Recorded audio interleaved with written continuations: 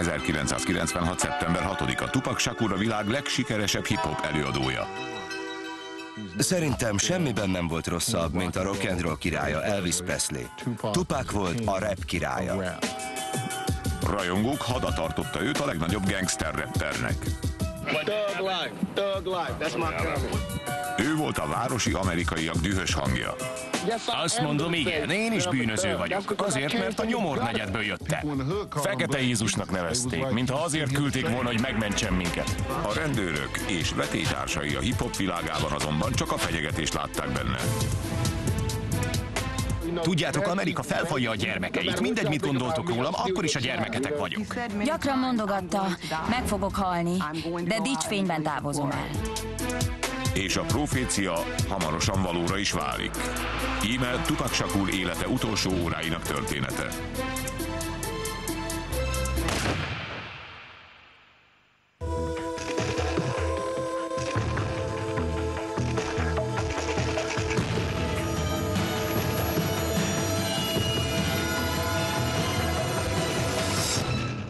Az utolsó 24 óra. Tupac Shakur. Los Angeles, Kalifornia, 1996. szeptember 6-a. Éjjel fél 12 van. Tupac Shakur kijön a Lazy Studiosból, ahol éppen befejezte legújabb videoklipjének felvételét.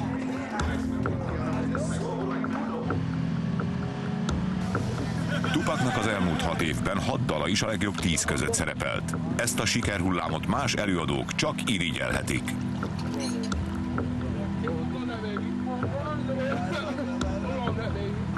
Ám mindössze 24 óra múlva ez a szárnyalás hirtelen és kegyetlen véget ér. Tupac Los Angeles Calabasas nevű negyedében álló házába hajt, hogy kipihenje a forgatás fáradalmait.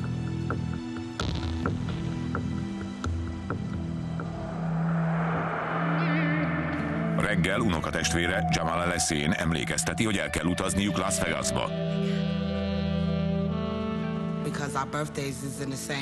Mivel ugyanabban a hónapban van a születésnapunk, azt akarta, hogy ünnepeljünk együtt Vegasban.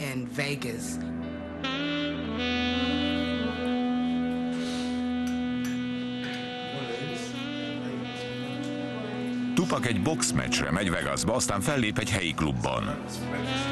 Vele tart barátnője, Kidada Jones, a legendás lemezproducer Quincy Jones lánya is.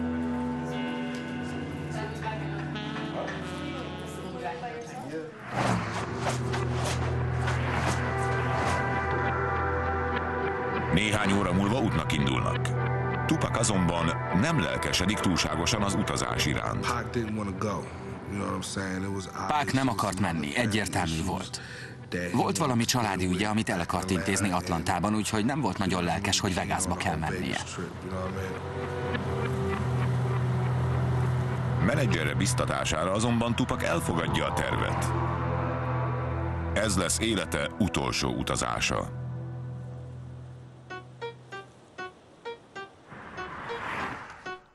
Öt évvel korábban, 1991-ben Tupac Shakurnak az volt az egyetlen terve, hogy a hip-hop világának csúcsára jusson.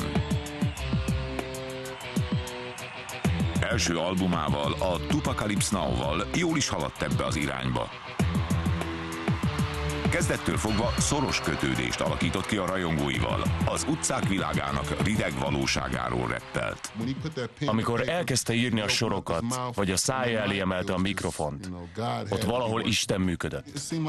Minden egyes dalába beletette az életét, mintha a vérével írta volna. Van kis Itália, kis mindenféle, de kis Afrika nincsen. Gettó van helyette. Az a miénk. De még az sem igazán. Az csak az, ami megmaradt. Dalaiban a gyengékért állt ki, a szegényekért, az elfelejtettekért, akiknek nem volt hangjuk a társadalomban. 1994-ben Shakur nyíltan hangot is adott filozófiájának a Seed című albumával.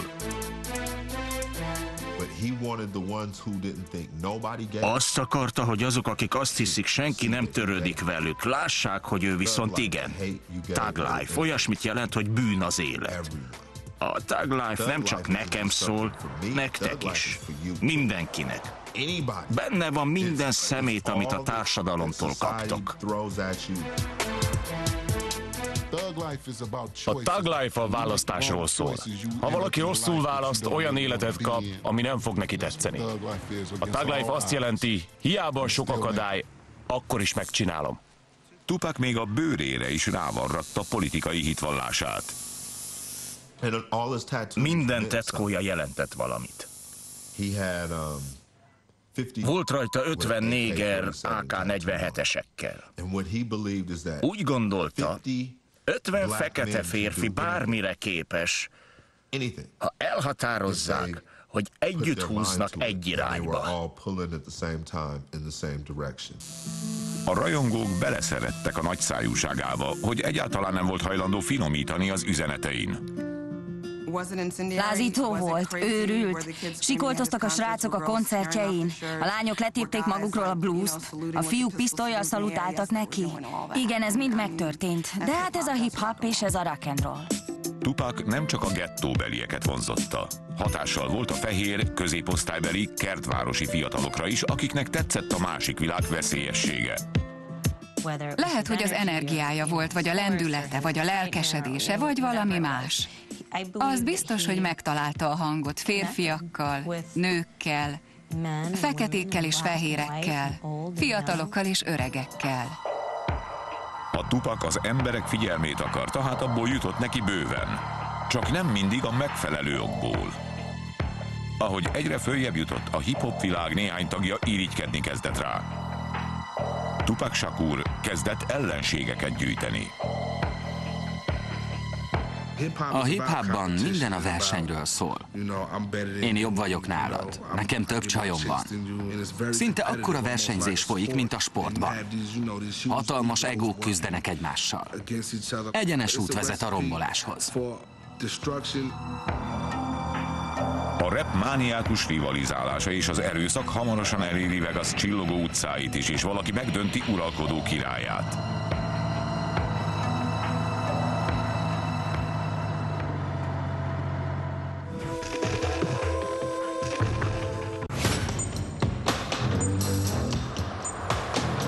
...1996. szeptember 7-e délután 3 óra. Tupac Shakur megérkezett Las Vegasba, ahol a tervek szerint előbb megnéz egy boxmeccset, azután fellép egy helyi klubban. A fellépés azonban elmarad, kevesebb mint 9 óra múlva a rappert hidegvérrel agyonlövik.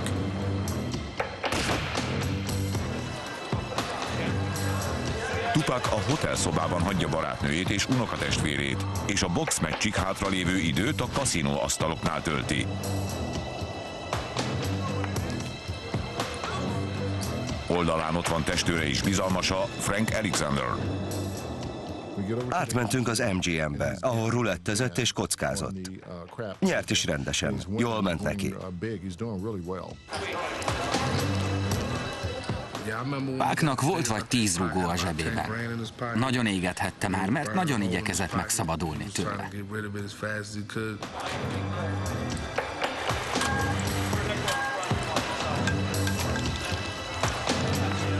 Tupachoz az asztalnál csatlakoztak háttércsapata, a The Outlaw Immortals tagjai. Az énekesei a barátai voltak. Nagyon sok közös daluk volt akkoriban. Tupacot mindenfelé nagy tömeg követte. Elsősorban nők. Tupac és a nők. Minden ujjára 10 is jutott. Főleg grupik voltak, filmforgatásokról, videóforgatásokról, a stúdióban, Olaszországban, mindenhol. Tupac a kaszinóban, akár csak az életben nagy tétekben játszott. Vezette a sikerlistákat, és megengedhette magának a szerencsejátékot.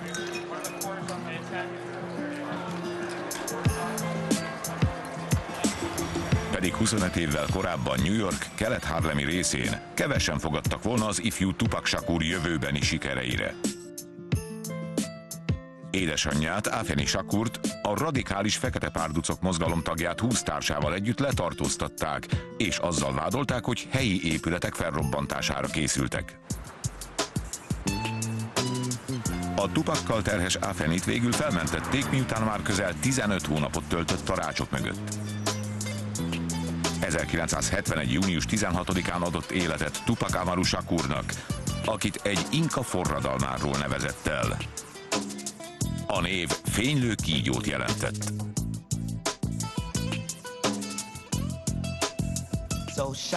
Fénylő kígyó brilliáns elme volt. Akkor 1971-ben úgy gondoltam, hogy ez a név erőssé teszi a gyermekemet. Az azonban egyáltalán nem erősítette az ifjú Tupacot, hogy alig látta az apját, aki szintén a Fekete Párducok tagja volt. Ezt a bizonytalanságot a szegénység csak növelte. Előfordult, hogy Tupac és anyja a hajléktalanok életét élte. 1986-ban viszont a nehézségek ellenére Afeni Baltimoreba költözött, és sikerült egy különleges művészeti középiskolába íratnia a fiát.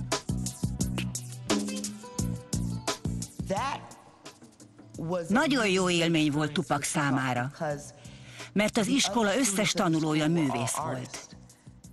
És a művészek képzése egészen más. Sokkal szabadabb, kevésbé korlátozó. Különösen a színjátszás tetszett meg neki, és a rap zene. Szerintem Tupac mindig is remélte, hogy bármit elérhet. Lehet egy hihetetlenül tehetséges zenész, vagy hasonlóan tehetséges színész. Szerintem nem látott maga előtt semmilyen akadályt.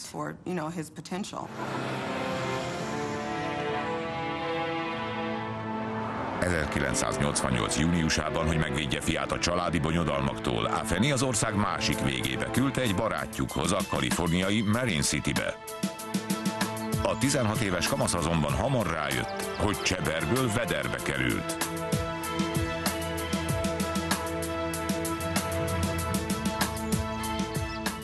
Marin Cityt egy dologról mindenki ismeri. A bunyóról. Tupac vékonyka gyerek volt. Akármennyire fel is fújták később, vékonyka volt, amitől csak még hihetetlenebb, hogy milyen merész volt.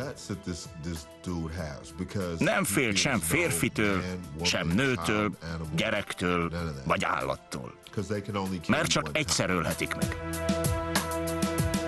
Hamarosan Afeni is a fia után ment Kaliforniába. A boldog családi életet azonban lehetetlenné tette a saját személyes küzdelme.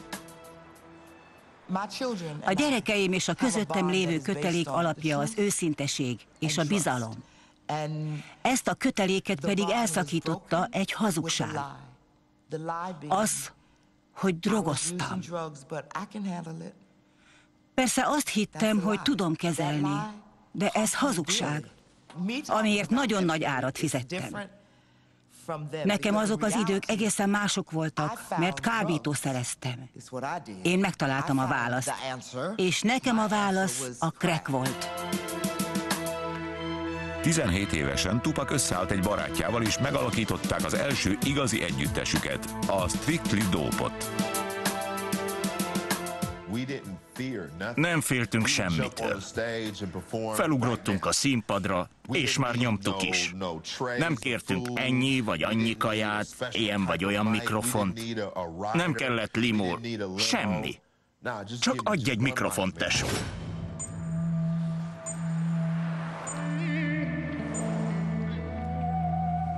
...1996. szeptember 7-e, este 4:07. Miután 4 órával ezelőtt Las Vegasba érkezett Tupac Shakur és kísérete, csak szórakozott, játszottak a kaszinóban és iszogattak. Ám mindössze 5 óra múlva valaki hidegvérrel lelövi Tupacot.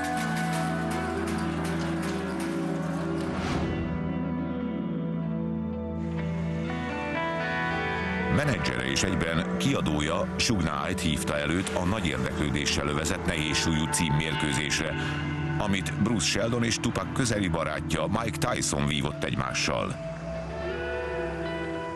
Mike és Pac igazi barátok voltak.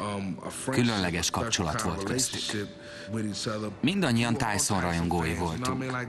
Tyson nekünk, gettókölyköknek igazi hős volt.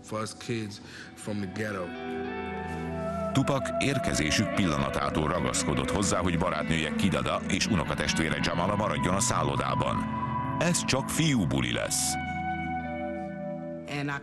Emlékszem, hogy beszéltünk egymás között. Mire jó ez? Idehoz minket, aztán nem mehetünk el se a meccsre, se a buliba, de még a szálloda halljába sem mehettünk le.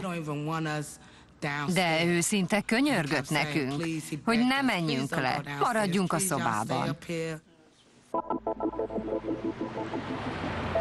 Miután barátnője és unokatestvére biztonságban volt a szobában, Tupac és testőre, Frank Alexander elindultak az MGM Grandhoz, a Tyson meccs helyszínére.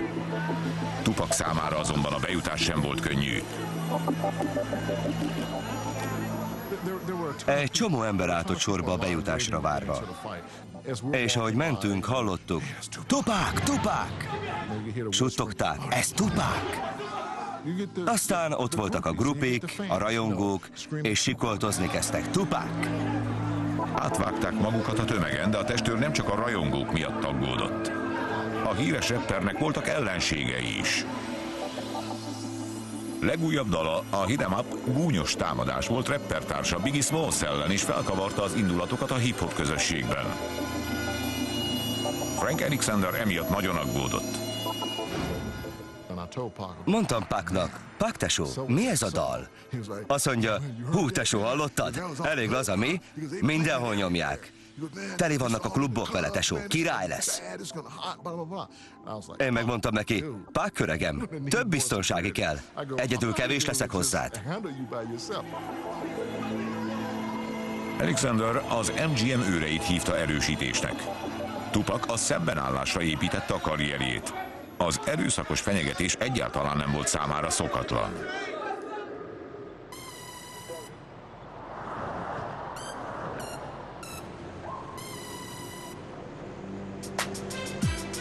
...1990-ben mindössze 6 évvel korábban még alig néhányan hallották Tupac Shakur nevét. A csórós srác Marin Cityből El Santon próbálta beverekedni magát a zeneiparba, míg végül megakadt rajta egy befutott oaklandi rapper, Shock G szeme, aki táncosi munkát ajánlott neki zenekarában, a Digital Undergroundban. Látta, hogy Pacnak nincs hová mennie, és adott neki egy lehetőséget. Ez volt az áttörés, amire Tupac várt. 10 évesen körbejárta a földet a turnéval. Tupac nagyon élvezte az utazgatást a Digital Undergrounddal. Egyszer Japánból telefonáltak, egyszer Londonból, aztán Olaszországból, aztán meg Ausztráliából. Tupac, a született showman, kiérdemelte, hogy a tánckarból a mikrofon mögé álljon. Azonnal sikert aratott. Pac igazi mester volt. Levette bárki stílusát, aztán megcsinálta egy kicsit másként, vagy még egy kicsit jobban, mint az eredeti. És az már volt valami. Minden helyzetet így oldott meg. Tupac hamarosan megkapta az első lemezszerződését, és 1991. novemberében megjelent a Tupacalypse Now. Az album erőszakos himnuszok és szenvedélyes társadalmi kommentárok erős, néhol ellentmondásos keveréke volt. Szegénységről, tönkrement otthonokról és a kábítószerről szólt. Voltak dalai, amikben nagyon negatívan nyilatkozott a nőkről, mintha semmit se érnének. De volt egy csomó másik, amiben szabályosan piedesztára állította őket, anyákat, fekete asszonyokat. Elég bonyolult fickó volt. Szövegeit Tupac különböző élményeiből merítette. Egy politikai üldözött fekete párduc házában nőtt fel, szép művészetet tanult, és az utca volt az iskolája. Elsősorban költő volt. Azt hiszem, Tupac annyira összhangban volt magával, hogy bármilyen dalt írhatott. Nem kellett attól félnie, hogy emiatt majd gyengének gondolják.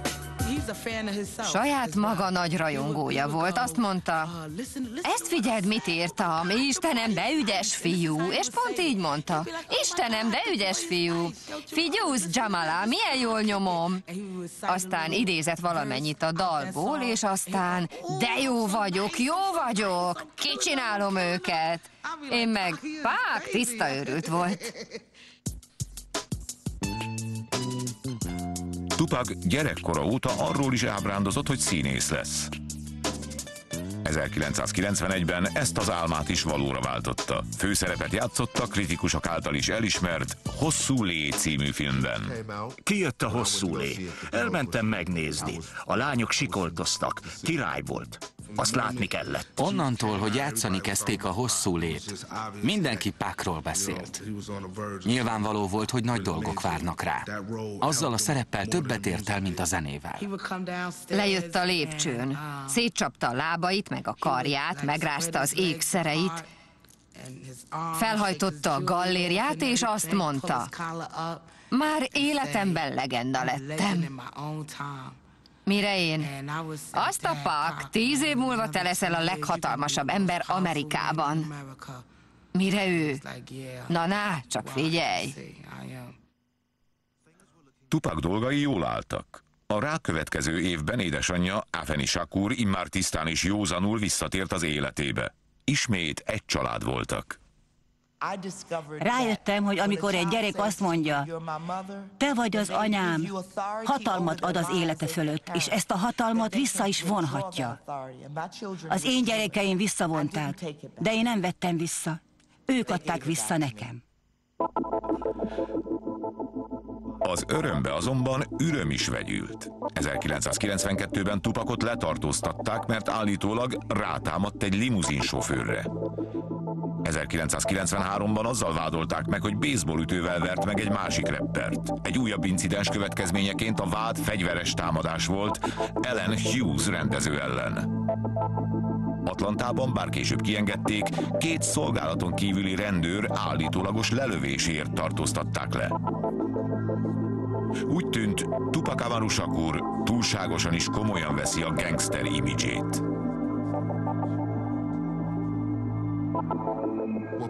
Pacnak észre kellett volna vennie, honnan jött, és milyen a családja viszonya a rendőrséggel. Gyűlölték őt, gyűlölték Tupacot.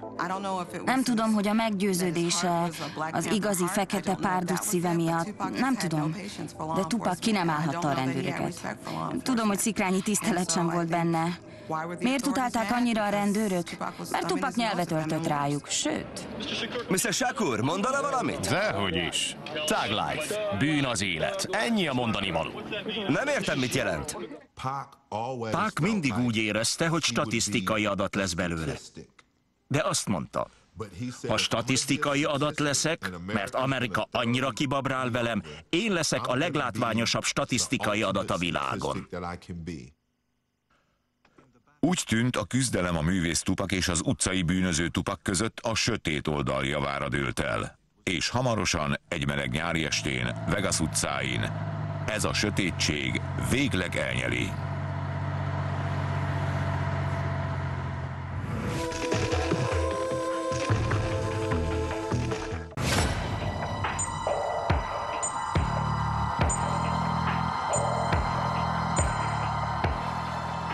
...1996. szeptember 7-e este 8 óra 35 perc. Tupac Shakur most jött ki az MGM Grant-beli boxmérkőzésről, ahol közeli barátja Mike Tyson nem egészen 2 perc alatt ledarálta ellenfelét, Bruce Sheldont.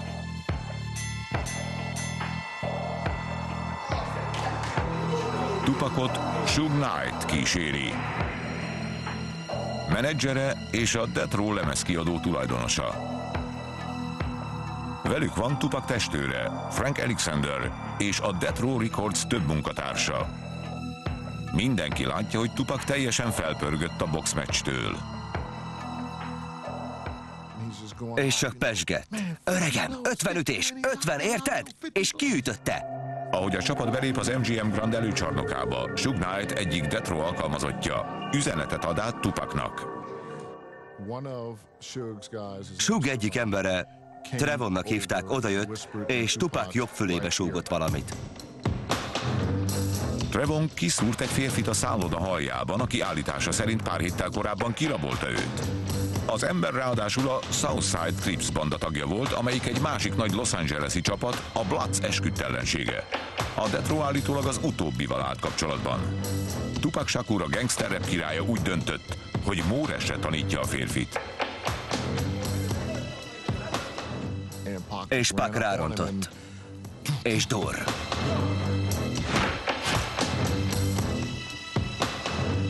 A boxmérkőzéstől feltüzelt Death Row csapat, köztük az elnök Suge Knight, csatlakozik Tupachoz a kibontakozó balhéban. Az űrzavarban Frank Alexander kihúzza Tupacot a verekedésből. Megfogtam és kiemeltem a bunyóból. Orlando Anderson a földön feküdt, és mindenki ütötte, rugdosta. 2 évvel korábban New Yorkban Tupac egy egészen másfajta küzdelembe keveredett bele. A saját életéért harcolt. 1994. november 30-án egy Times Square-i stúdió előcsarnokában $40,000 értékű ékszert raboltak el tőle, és közvetlen közelről 5 lövést adott le rá néhány ismeretlen fekete férfi. A rendőrség véletlenszerű rablótámadásként kezelte az ügyet, de Tupac szerint valamelyik hip-hopos ellenség állhatott rajta bosszút. Tupac mozgó célponttá vált. Agresszív zenéje felbosszantotta a rendőröket és a közösség vezetőit is. Más rapperek elleni verbális támadásai surlódásokat okoztak a hip-hop világában. Tupac Shakur gazdag volt és erős, és mindenki rá akart vadászni.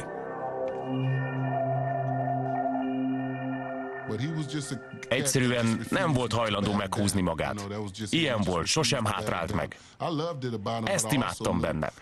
De tudtam, hogy ez okozza majd a bukását is. Ezt próbáltam vele megértetni. Nem rohanhatsz neki mindenkinek, tesó. Itt ki fognak nyírni, de igaziból. Tupac tudta, hol él. Ismerte a rendszert.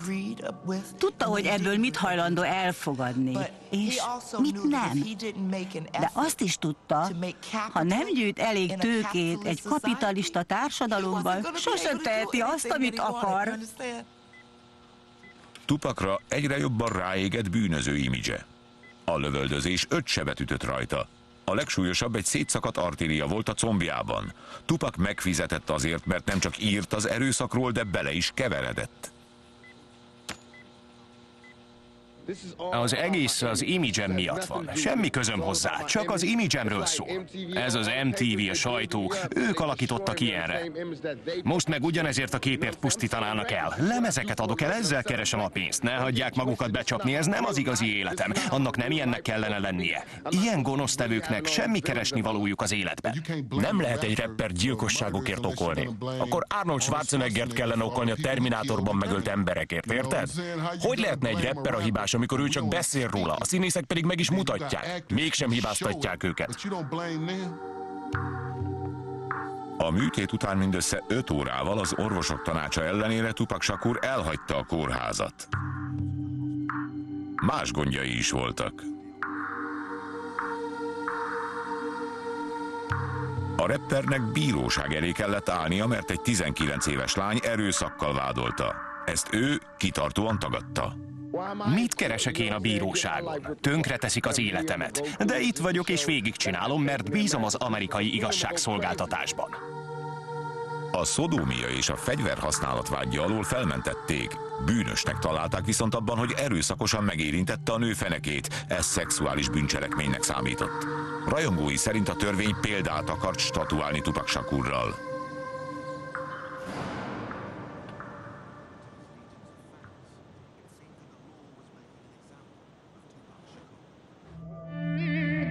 A New York állambeli Clinton szigorított börtönében Tupac meglepőnek tűnő átváltozáson ment keresztül. A gangster rap királya nyilvánosan elítélte a bűnöző életmódot.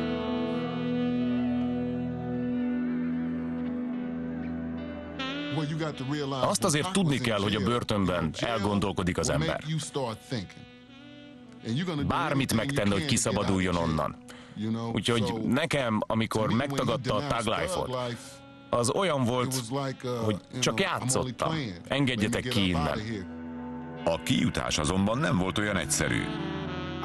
A börtönben Pac nyilván borzasztó helyzetben volt. A pénze is nagyon megcsappant a mindenféle ügyek miatt, mert állandóan pereskednie kellett. Suge Knight annak fejében, hogy Tupac aláír a Death Rowhoz, és őt választja menedzseréül, megígérte, hogy óvadék ellenében szabadlábra helyezteti, és a mindenható hip-hop keresztapa pillanatok alatt el is intézte. Sosem láttam a szerződést. Csak arra emlékszem, hogy felhívott. Mostantól a Death Row-nál vagyok. Most írtam alá velük. Tupacot irányítani próbálták. Amikor a Death Row-hoz küldték, azt gondolták, Suge majd tudja kezelni. De csak olyan volt, mintha puskaport szórtak volna a tűzbe. Robban.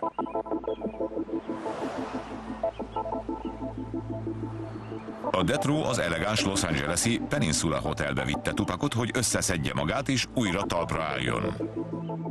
Listavezető albummal jött ki. Ez volt a Me Against the World. A listavezető dal róla a Dear Mama, úgyhogy tette a dolgát. Nem mintha nagy szüksége lett volna a Death Row-ra, de akkor éppen mégis kellettek neki, mert kellett az az 1,4 milliós óvadék.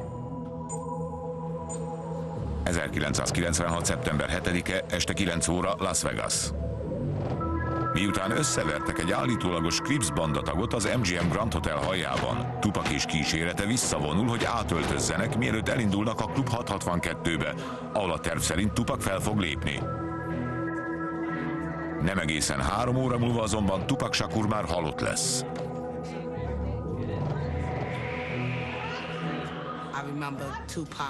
Emlékszem, amikor Tupac visszajött a hotelbe. Nagyon izgatott volt.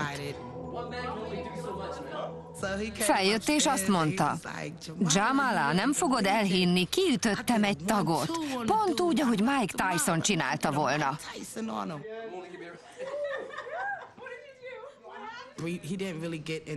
Nem igazán részletezte, hogy kit vert meg, és miért, de nagyon örült, hogy beverhette valakinek az orrát.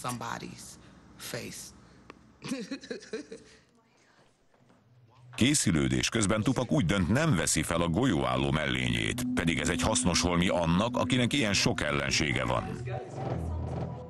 Emlékszem, hogy Castro szólt neki, vedd fel a mellényed. Szerintem ma viselned kéne. De Pac azt mondta, túl meleg van, nem veszem föl. Csak megsülök benne.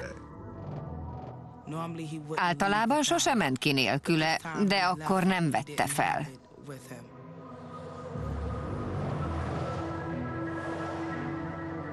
Rövid megállás után Tupac és a többiek átmentek egy házhoz, ami Suge Knight tulajdonában volt. Ő Tupac menedzsere és a Death Row Records főnöke. Suge és Tupac rövid időre eltűntek, míg a többiek türelmetlenül várakoztak.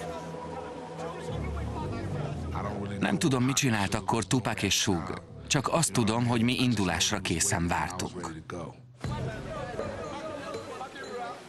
Suge Knight házában szinte minden piros volt. Ez a mob piru színe, a Los Angeles-i Bloods banda egyik oldalhajtásáé.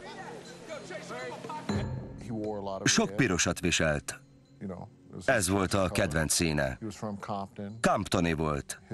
Az egész környéket a Bloods uralta. Úgyhogy azzal, hogy pirosat viselt, tulajdonképpen őket képviselte. Volt, aki szerint azzal, hogy a lemezkiadón keresztül kapcsolatba került a Bloodsszal, Tupac csak még több ellenséget szerzett. Ezúttal a Bloods nagy riválisai, a Southside Crips tagjai közül. Testőre Frank Alexander azonban másként látta. Tupacot nem érdekelték a bandák. Ha azt kérdezik, mi volt az ő színe, azt mondom, a zöld, a pénzszíne. Körülbelül fél óra múlva Tupac és társai készen állnak, hogy elinduljanak a Klub 662-be. Tupac szokatlan dolgot kért a testőrétől. Mentem a kocsihoz, amiben Tupac és Suge ült, és már nyitottam az ajtót, hogy beüljek hátra.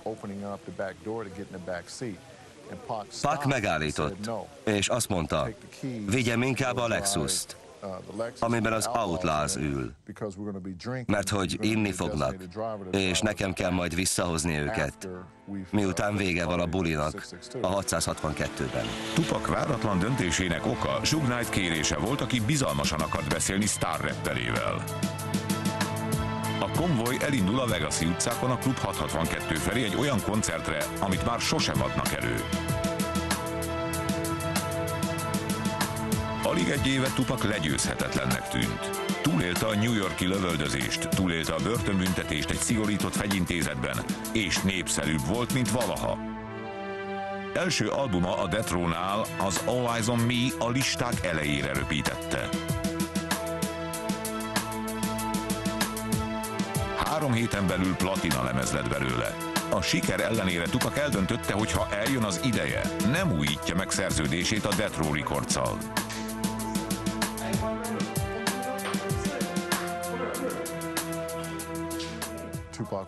Tupac el akarta hagyni a kiadót. Megvolt rá az oka. De csak az anyja és a hozzá legközelebb állók tudták, pontosan mi is az. Tupacnak az volt a véleménye, hogy a Death Row nem ad neki megfelelő részesedést abból a pénzből, amit ő hoz nekik. De Tupacnak nem a Death Row volt az egyetlen problémája. Folyamatosan küzdött régi riválisával, a New York-i rapper Biggie Smalls-szal, akit a dalaiban többször is támadott. Viszályuk lett az alapja annak a szóbeszédnek, hogy háború tört ki a keleti és a nyugati part rapperei között. A keleti part, nyugati part balhé is csak cirkusz volt. Nem volt igaz, hiszen Pac is a keleti partról jött, meg az Outlaws is. Csak olyan balhézás volt Biggie-vel. Az elmúlt 6 évben Tupac egyszerre küzdött a rendőrökkel, bíróságokkal és más rapperekkel, és most már erőszakos bandákkal is. Egyre nehezebb volt megkülönböztetni a barátait és az ellenségeit. És most, amikor Suge Knight-tal a Klub 662 felé tart, Tupac nem is gyanítja, hogy egyik ellensége bosszúra készül.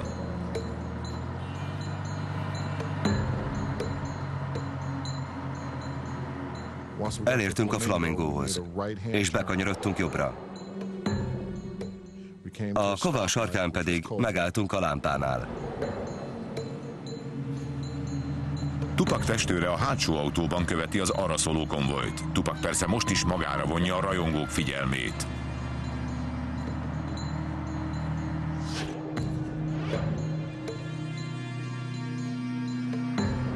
Aztán hirtelen a semmiből egy fehér Cadillac. Amikor odaért a BMW-hez, kinyúlt egy kar egy pisztollyal, és lőni kezdett.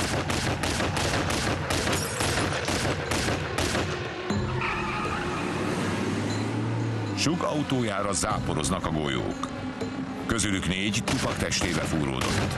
Egy másik felsérti Suge Knight fejét. Amikor vége lett a lövöldözésnek, azt gondoltam, meghaltak. Oda akartam rohanni hozzájuk, de akkor az autó elindult. Suge golyójuggatta BMW-je 180 fokos fordulatot tesz, és elszágult az ellenkező irányba. Nem értettem az egészet. Tiszta káosz volt, zűrzavar. Ezek most igazi golyók voltak?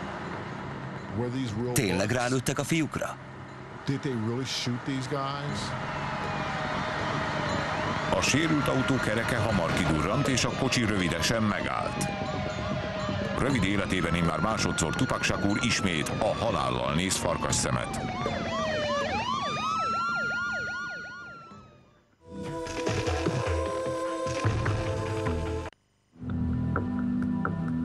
...1996. szeptember 7-e éjjel 11 óra 17 perc. Golyózápor éri a szupersztár rappert, Tupac Shakurt. Sérülése halálos, a tüdeje átlyukadt. A kórházban 2 órás életmentő műtétet végeznek rajta. Jobb tüdejét eltávolítják, hogy megállítsák a belső vérzést, és mesterséges kómába helyezik, amiből soha többé nem ébred fel.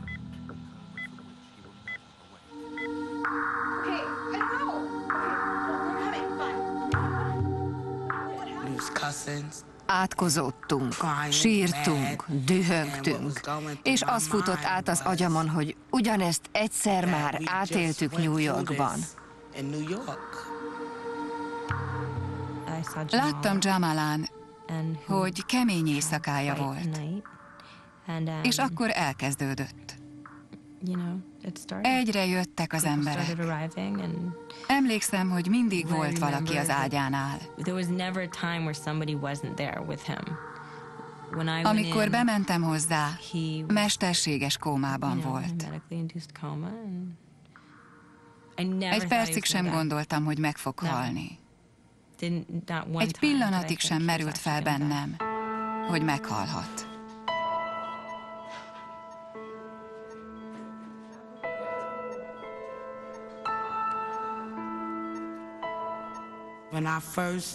Amikor először láttam meg Tupacot a kórházi ágyon, tele volt csövekkel.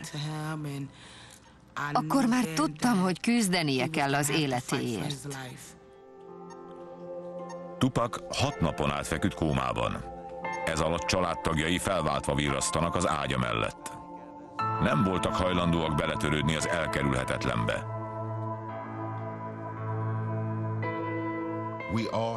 Mindannyiunkban az volt, és szerintem ő benne is, hogy Pac elpusztíthatatlan.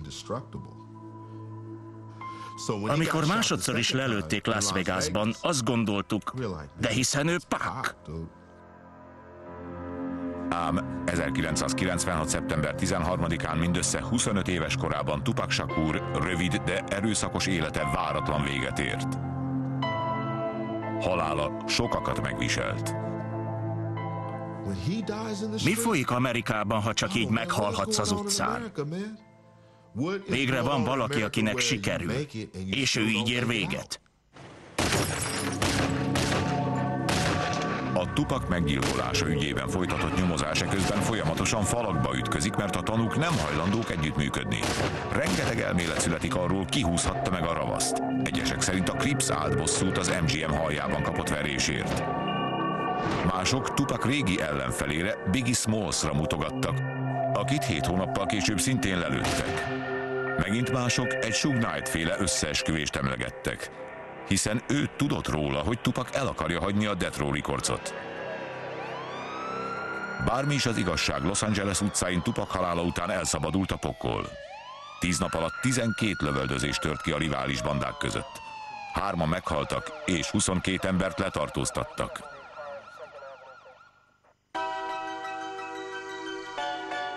Halálában Tupac még népszerűbb lett. További 75 millió albuma fogyott el világszerte, amivel bekerül a Guinness rekordok könyvébe, mint minden idők legtöbb lemezét eladó rap énekese. Egy nagyszerű embert vesztettek el, egy aktivistát, költőt, rappert, testvért, barátot. A legnagyobbak közé tartozott. Igen. Nem volt ő tökéletes ember, nem volt tökéletes rapsztár, nem volt tökéletes popsztár. Szerintem egészen másért szerették. Remek humorú, mókás fickó volt. Nem csak az volt, amit láttak, a keménység, a macsóság meg ezek. Sokkal több volt benne a nevetés, mint a gengszteres keménykedés. Édesanyja Afeni veszi át a család irányítását. 1997-ben létrehozzák a Tupac Amaru Shakur alapítványt a kreatív diákok képzésére és támogatására. Még ugyanabban az évben a kaliforniai Berkeley Egyetem egy új előadás sorozatot hirdetett meg, Tupac Shakur költészete és élete címmel. Mindig beszélgetek vele, mert nekem fontos, hogy tudjam, mit gondol arról, amit csinálunk. És hiszem, hogy hall minket. Tupac Shakur gyilkosát a mai napig nem találták meg.